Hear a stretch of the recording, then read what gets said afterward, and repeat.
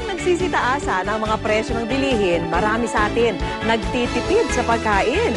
Kaya naman marami ang naengganyong bumili ng murang pagkain gaya ng isdang tuyo na binansagang poor man's dish. Pero ngayong gabi, magmamagic tayo sa kusina dahil ang tuyo, gagawin nating malagurme ang lasa at presentasyon.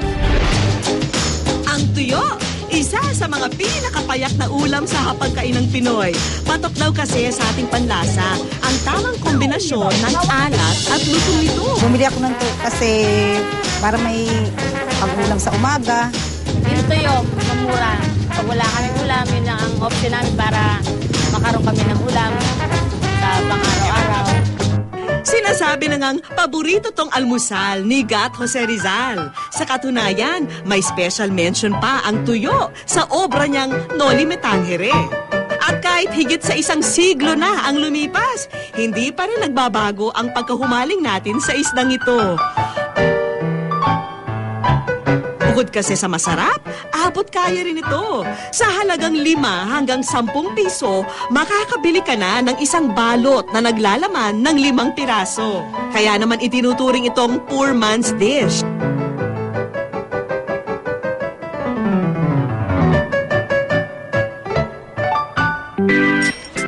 Pero kung iniisip niyong malayong maging sosyal ang pobreng tuyo, ayon kay Chef Tony, siguradong maglalaway kayo sa sosyal na mga tuyo recipe na kanyang ituturo. Tuyo gourmet ba kayo? Pwede? Pwede. Say goodbye na sa simpleng pagprito dahil ang tuyo pwede rin daw isigang. Para sa sinigang na tuyo at longganisa, ihanda na ang mga sari-saring gulay. Kailangan din ng sibuyas, kamatis, paminta, asin, at sinigang mix. Siyempre, hindi dapat mawala ang ating mga bida, ang tuyo at ang kapartner niyang longganisa. Una, magpakulo ng tubig sa kaldero. Ito na yung pinakuluan nating langgunisa. Nakita nyo, meron tayong broth o pinagpakuluan niya. Kumatas na yung langgunisa dito sa broth, so yung lasa nung sabaw natin dito, malasang langgunisa na. Tapos itong langgunisa, bago ko iprito, lalagay ko ngayon dun sa pinagpakuluan natin na tubig. Sunod na ilagay ang kamatis, sibuyas at kamyas. Para sa karagdagang asim, dagdagan ng sinigang mix.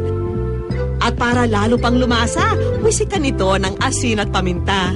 Habang hinihintay na kumulo ang sabaw, pwede nang iprito ang longganisa. Habang piniprito ko yan, makita nyo, sinala ko na yung aking katas na sabaw na pinakuluan natin kanina. Pag ready na ang sabaw, lutuin na rito ang gulay.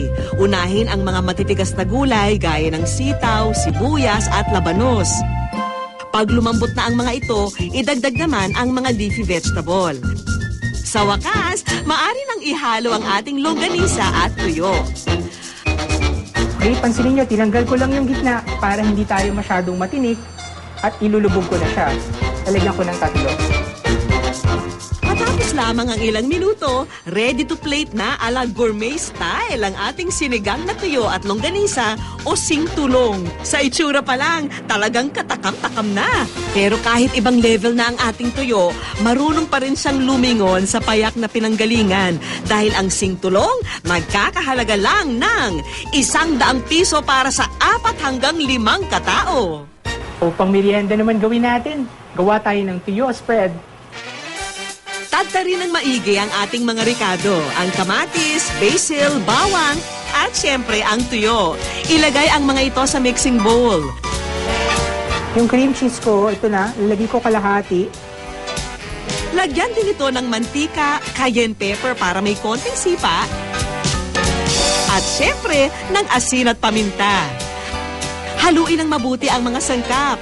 Pagkatapos, maaari nang iserve ang tuyo spread kasama ang hash brown o tinapay.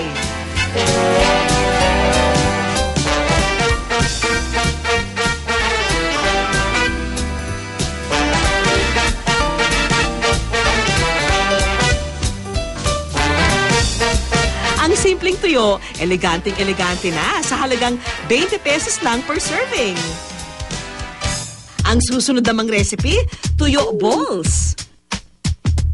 Una, tagtarin ang tuyo. Hiwain din sa maliliit na piraso ang itlog na maalat, sibuyas, cream dory, at ang tinapay na gagamitin bilang extender.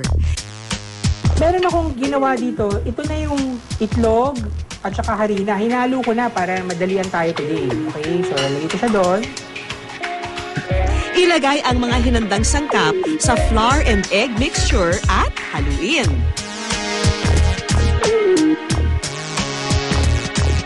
Pasarapin pa ito ng asin at paminta.